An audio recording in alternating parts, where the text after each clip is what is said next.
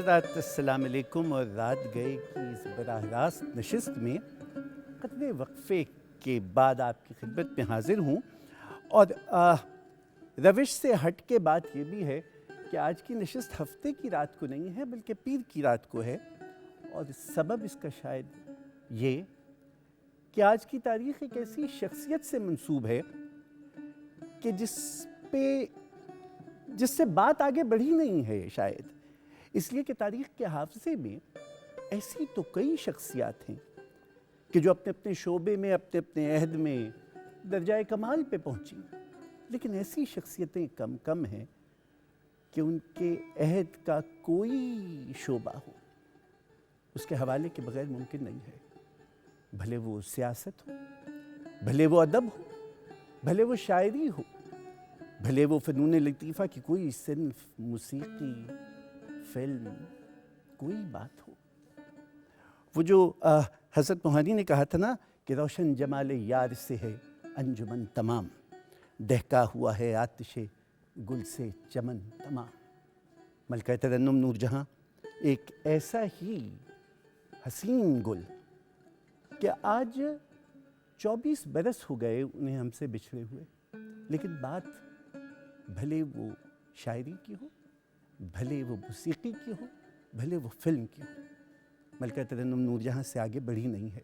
ہم آج بھی ان کے سحر میں گرفتار ہیں، اور وہ جو ملکہ نے خود کہا تھا گائے گی دنیا گیت میرے، آج بھی نئی نسل ان کے گیتوں کو گا رہی ہے، اور موسیقی آج بھی ان سے فیضیاب ہے۔ جی چاہتا ہے کہ اس نشست میں فقط میڈم کا جو کمال ان کی گائیکی ہے صرف اسی پہ بات نہ ہو، بلکہ ہم اس عظیم مغینہ کے پیچھے جو درد دل رکھنے والی عورت تھی، جو بے انتہا نفیس خاتون تھی کہ وقت کا بھلے سعادت حسن منٹو ہو یا فیض احمد فیض ہو، کسی کی بھی نشست میڈم نور جہاں کے بغیر مکمل نہیں تھی۔ آج کی نشست میں میرے پاس دو ایسے مہمان ہیں کہ جن کا میڈم سے ایک ایسا تعلق کہ وہ خال خال ملتا ہے۔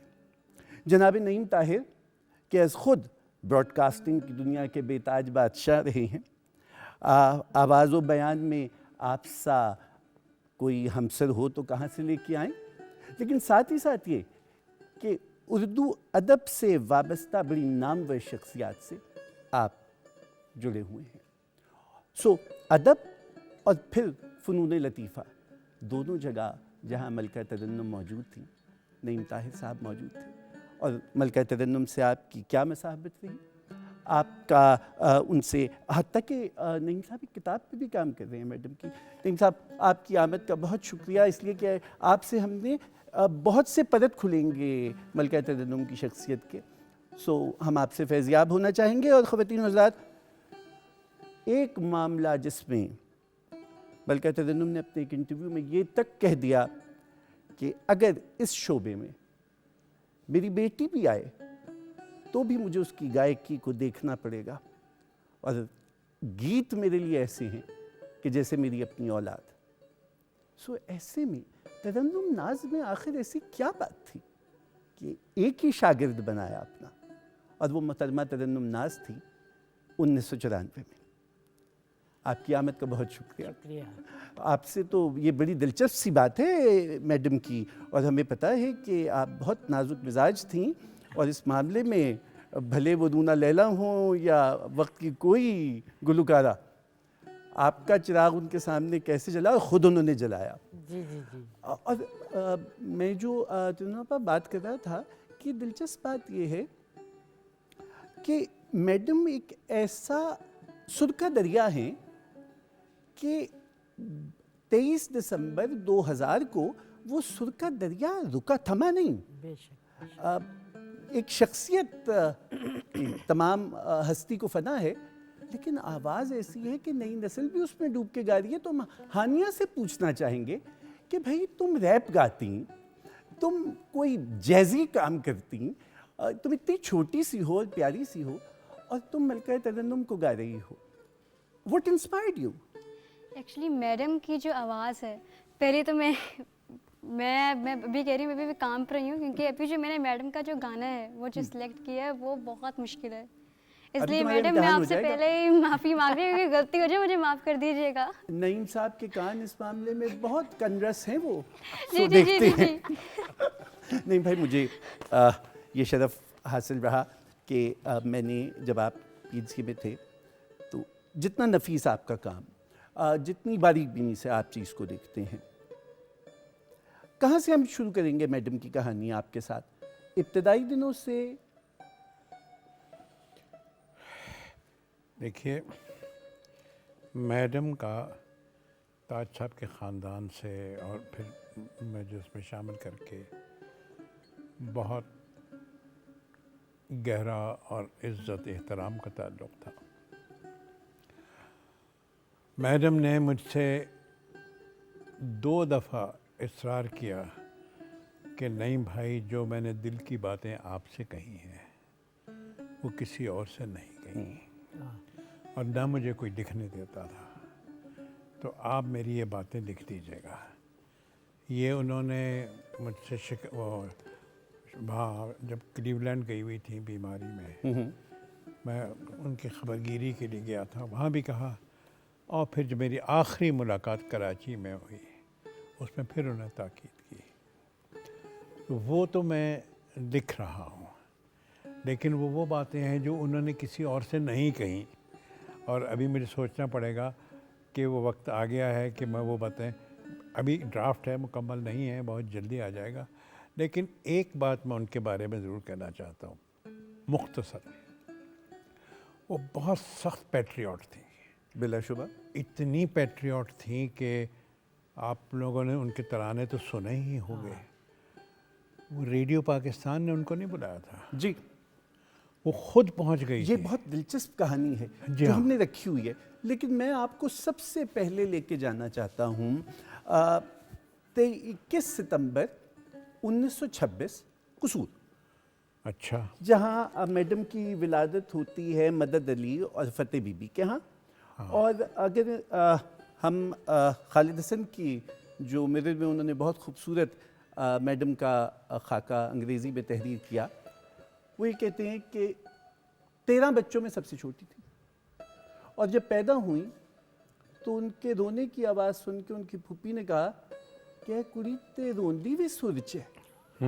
یہ درست ہے۔ یہ جو ان کا خانوادہ تھا، ان کا گھرانہ تھا، یہ قصور میں تھا، پھر لاہور میں آئے، کلکتہ گئے، بمبئی آئے، یہ کیا کہانی ہے؟ دیکھیے، جب جس وقت یہ روندی ہوئی ہے تو سورج کی بات ہے نا، اس وقت ان کا نام اللہ وسائی تھا۔ اللہ حافظ۔ اور یہ کہانی جو ساری آپ مجھ سے کہہ رہے ہیں وہ میں نے لکھی ہے، مختصراً آپ سے عرض بھی کر دوں گا، جس میں مثلا ایک وقت ایسا آ گیا تھا دقت کا کہ ان کے خاندان کو قصور کے پاس جہاں یہ رہتے تھے کھانے کو بھی نہیں تھا، اور کہا جاتا ہے کہ نور جہاں بچی تھی، اتنی بھوک تھی کہ کسی نے خربوزے کا چھلکا پھینک دیا تو اس نے زمین سے اٹھا کے وہ چھلکا کھانا شروع کر دیا۔ اور اس کے بعد جب حالات بہت خراب ہو گئے تو ان کی ایک ہمشیرہ جو یہاں لاہور میں ہوتی تھی خاص علاقے میں، انہوں نے کہا کہ یہاں آ جاؤ، جدن بھائی جی۔ تو یہ قصور سے گرمی میں خاندان پیدل چلتا ہوا لاہور پہنچا۔ اچھا، اور وہی انہوں نے تو میرے سامنے یاسمین سے کہا کہ جب میں لاہور پہنچی ہوں تو انہوں نے مجھے ایک کٹورا پانی کا پینے کو دیا، کہتے ہیں اس پانی کی ٹھنڈک اور لطف میں کبھی بھول نہیں سکتی، واہ، کیونکہ آپ دیکھیں قصور سے وہ لاہور پیدل چل کے آئی، اور بچی، اور پیاس سے اس کا کیا حال ہوا ہوگا۔ تو اس قسم کے اور بھی کئی واقعات ہیں۔ تو وہاں پہ شاید یہی وجہ ہے کہ میڈم میں جو خدا ترسی بے انتہا تھی، ایک تو یہ کہ انہوں نے اپنے بارے میں کبھی کوئی جھوٹ کی ملمہ کاری نہیں کی، کوئی فسانہ سازی نہیں کی. وہ جو کمال اس عورت کا تھا وہ یہ تھا کہ اس نے اپنی شخصیت، اپنے پس منظر کو، اپنی جیسے اپنی غربت کو، ہر چیز کو اپنایا اور کیا احساس فخر کے ساتھ، خودداری کے ساتھ سنایا. اب ان کے 3 بھائی جو تھے وہ غالباً ذہنی امراض کے ہسپتال میں بھی چلے گئے، اور خالد حسن لکھتے ہیں کہ میں نے میڈم سے ایک دفعہ پوچھا کہ اتنا کام کیوں کرتی ہیں؟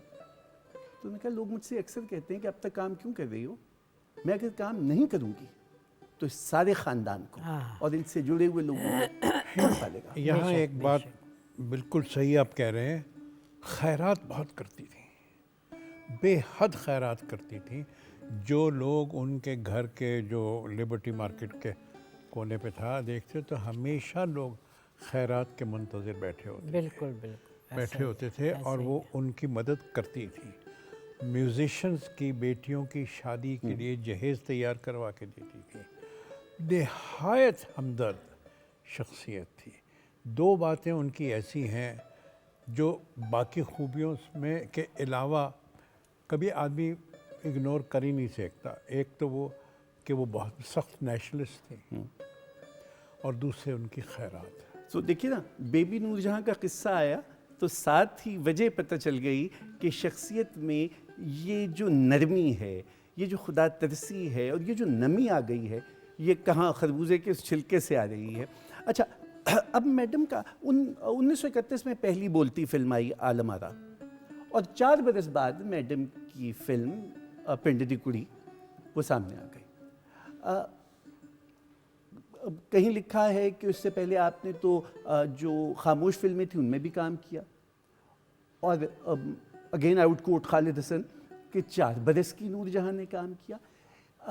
یہ جو فلموں میں جانا تھا یہ بھی کیا نہیں بھائی اسی وجہ سے تھا کہ حالات کی وجہ تھی؟ مجھے جو انہوں نے بتایا وہ یہ کہ یہ لوگ ایک پوری ایک کہانی ہے، یہ کلکتے کیسے پہنچے. یہ کلکتے پہنچ گئے تو آواز نور جہاں کی ایسی تھی کہ وہ اگنور کوئی نہیں کر سکتا تھا.